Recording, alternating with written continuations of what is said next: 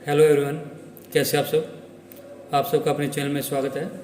आज मैं आपको एक कहानी सुनाने जा रहा हूँ। कहानी का टाइटल है कबूतर का जोड़ा और शिकारी। यह कहानी पंचतंत्र की कहानियों में से ली गई है, जिसके लेखक हैं पंडित विष्णु प्रसाद शर्मा। तो चलिए कहानी शुरू करते हैं। एक जगह एक लोभी और निर्दय व्याध रहता था। पक्षियों को मारकर खाना ही उसका काम था। इस भयंकर काम के कारण उसके प्रियजनों ने भी उसका त्याग कर दिया था। तब से वह अकेला ही हाथ में जाल और लाठी लेकर जंगलों में पक्षियों के शिकार के लिए घुमा करता था। एक दिन उसके जाल में एक कबूतरी फंस गई। उसे लेकर जब वह अपनी कुटिया की ओर चला तो आकाश बादलों से घिर गया। मूसलाधार वर्षा होने लगी। सर्दी से ठिठुर कर व्याध आश्रय की खोज में इधर उधर भटकने लगा। थोड़ी दूर पर एक पिप्पल का वृक्ष था।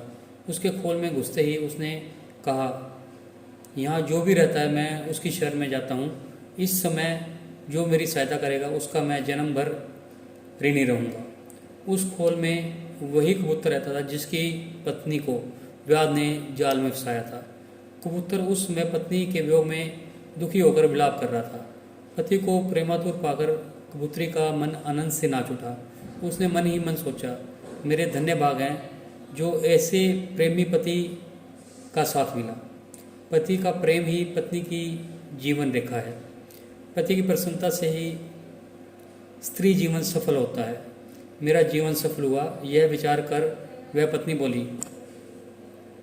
पतिदेव, मैं तुम्हारे सामने हूँ। इस व्याध ने मुझे बंधक बना लिया है। यह मेरे पुराने कर्मों का फल है।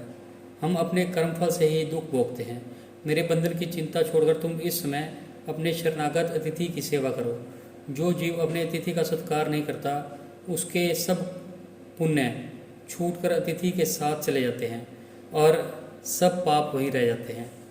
पत्नी की बात सुनकर कबूतर ने व्याध से कहा, चिंता न करो वधिक, इस घर को भी आप अपना ही जानो। कहो, मैं तुम्हारी कौन सी सेवा कर सकता हूँ। व्याध, मुझे सर्दी सता रही है, इसका उपाय कर दो। कबूतर ने लकड़ियाँ इकट्ठी करके जला दी और कहा, तुम आग सेक कर सर्दी दूर कर लो।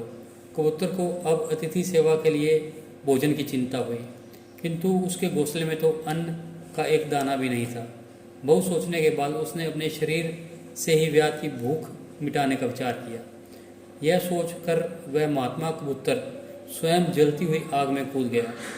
अपने शरीर का बलिदान करके भी उसने व्याध के तर्पण करने का प्रण पूरा किया।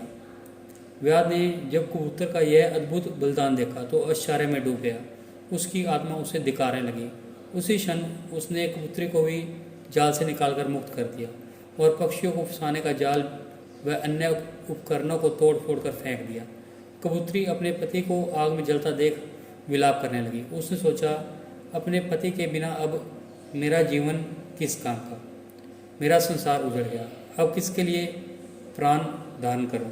यह सोचकर वह पतिव्रत भी आग में कूद पड़ी। इन दोनों के बलिदान पर आकाश में से पुष्प वर्षा हुई। व्याध ने भी उसी दिन से प्राणी हिंसा छोड़ दी। तो आपको ये कहानी कैसी लगी? अगर कहानी पसंद आई तो कहानी को लाइक कीजिए, शेयर कीजिए और चैनल को सब्सक्राइब कीजिए और बेल वाला बटन दबा दें ताकि मैं ऐसे कोई और कहानी डालूँ तो उसकी नोटिफिकेशन आपको मिल जाए। Thank you.